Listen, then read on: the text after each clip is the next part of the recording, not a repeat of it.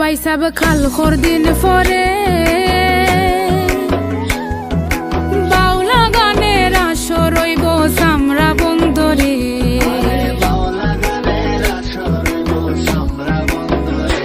আমরা নিতুনা মদন